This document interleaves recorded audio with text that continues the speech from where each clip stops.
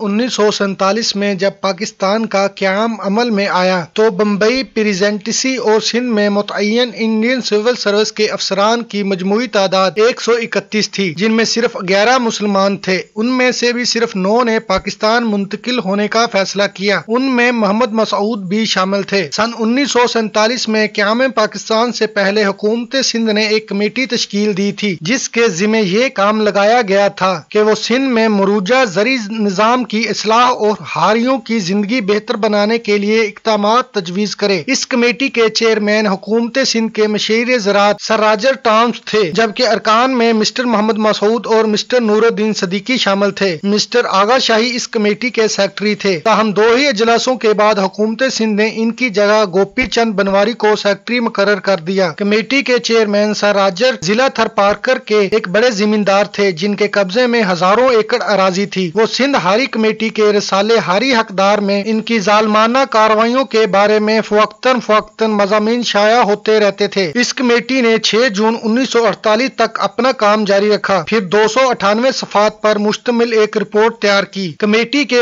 3 ارکان نور الدین صدیقی، آغا شاہی اور Roger Thomas ایک طرف تھے اور محمد مسعود دوسری طرف۔ ایسے میں جو رپورٹ مرتب ہو گئی، ان کے مندرجہ ذات کا اندازہ لگانا مشکل نہیں۔ اس رپورٹ میں دعویٰ کیا گیا تھا کہ جاگیردار کسان کا بہترین دوست اور تقریباً حقیقی باپ کی طرح ہے جو ہمیشہ ان کی امداد کو تیار رہتا ہے۔ یہ الگ بات ہے کہ ہاری ناشکرا ہے اور زمیندار کے احسانات کو تسلیم نہیں کرتا، مگر اس رپورٹ پر محمد مسعود نے دستخط نہیں کیے تھے، بلکہ اس سے اختلاف کرتے ہوئے 37 صفحات پر مشتمل ایک طویل اختلافی نوٹ تحریر کیا تھا۔ کمیٹی نے دسمبر 1948 میں اپنی رپورٹ شائع کر دی، مگر بددیانتی یہ کی کہ رپورٹ کے ساتھ محمد مسعود کا اختلافی نوٹ شائع نہیں کیا۔ محمد مسعود کا یہ اختلافی نوٹ سندھ کی جاگیردارانہ قیادت پر بجلی بن کر گرا۔ حکومت کو خوف تھا کہ اس نوٹ کی اشاعت پر جاگیردارانہ نظام کے خاتمے کی طرف پہلا قدم ثابت ہوگا۔ وہ اس نوٹ کی اشاعت کے راستے میں دیوار بن گئے۔ روزنامہ ڈان نے اپنے اداریے میں لکھا تھا کہ حکومت سندھ نے ایک ممبر کا اختلافی نوٹ اشاعت سے روک دیا۔ اس اقدام سے لوگ یہ نتیجہ اخذ کریں گے وہ یہ ہوگا کہ اس اختلافی نوٹ میں کچھ ایسی باتیں ضرور ہیں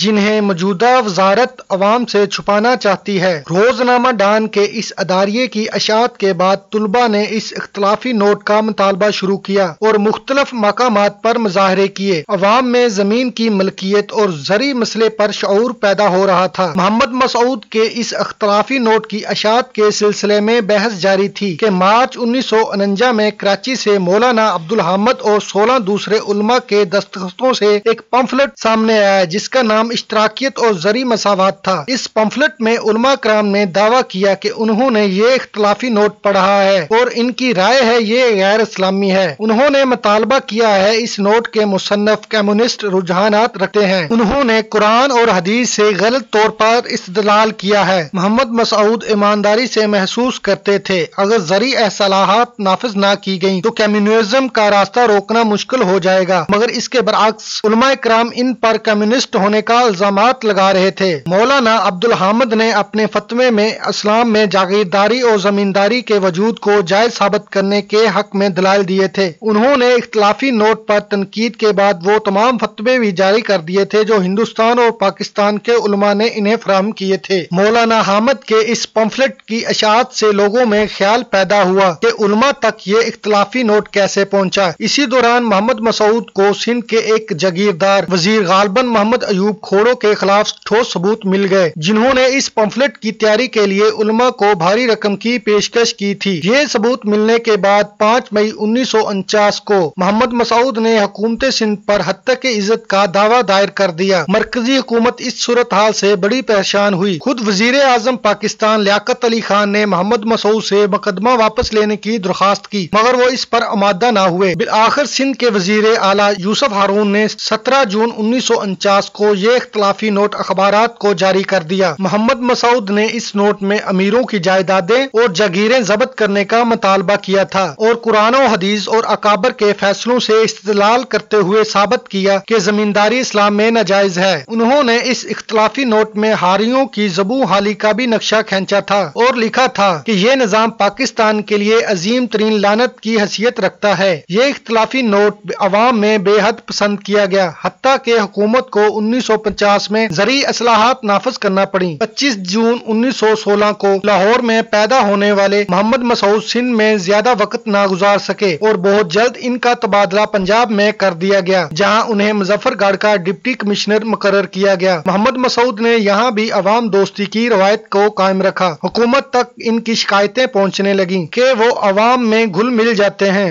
اور ان کی شکایتوں پر فوری کارروائی کرتے ہیں۔ روزنامہ جنگ کراچی کے کالم نگار اور شاعر مجید لاہوری نے ان کے حق میں پاگل ڈپٹی کمشنر کے عنوان سے کالم بھی لکھا۔ محمد مسعود ملک کے مختلف اہم عہدوں پر فائز رہے، جن میں پاکستان اکیڈمی برائے ترقی دیہات، بورڈ آف ریونیو اور محکمہ اوقاف کے نام سیر فہرست ہیں۔ محمد مسعود اعلیٰ سول سروینٹ ہونے کے باوجود سادہ زندگی گزارتے تھے اور ہمیشہ کھدر کا لباس پہنتے تھے۔ اسی وجہ سے انہیں محترمہ فاطمہ جناح نے کھدر پوش کا خطاب دیا، جو ان کے نام کا حصہ بن گیا۔ 1972 میں ملازمت سے ریٹائرمنٹ کے بعد انہوں نے بنگلہ دیش کو تسلیم کیے جانے کے خلاف جدوجہد شروع کی۔ وہ پاکستان اور بنگلہ دیش کو ایک بار پھر متحد پاکستان بنانے کے آرزومند تھے، تاہم ان کی یہ خواہش پوری نہ ہو سکی۔ انہوں نے پنجابی زبان و ادب کے فروغ کے لیے بھی بہت کام کیا۔ انہوں نے پنجابی زبان میں اپنا ذاتی ماہنامہ حق اللہ کے نام سے جاری کیا اور پنجابی ادب بورڈ کے صدر رہے۔ ان کے علاوہ انہوں نے پنجابی کی ترجیح کے لیے پنجاب فورم کے نام سے بھی ایک تنظیم قائم کی۔ سن 1976 میں انہوں نے پاکستانی مصنوعات کی ترجیح کے لیے تحریک خوشحال پاکستان شروع کی، جس کی تائید پاکستان کے مختلف اخبارات نے بھی کی۔ وہ اردو میں نماز پڑھانے کی تحریک کے بھی حامی تھے، اسی باعث وہ علماء کی نظروں میں کھٹکتے تھے۔ محمد مسعود ادب کا بہت اعلیٰ ذوق رکھتے تھے۔ علامہ اقبال کی شاعری کا بیشتر حصہ انہیں ازبر تھا۔ پنجابی کے کلاسیکی شعراء کا کلام بھی انہیں بے حد پسند تھا، خصوصاً بابا بلے شاہ سے انہیں خاص عقیدت تھی۔ 25 دسمبر 1985 کو اس انسان دوست سول سرونٹ کا انتقال ہو گیا۔ وہ لاہور میں گرو مانگٹ کبوتر پورہ گلبرگ کے قبرستان میں سودہ خاک ہیں۔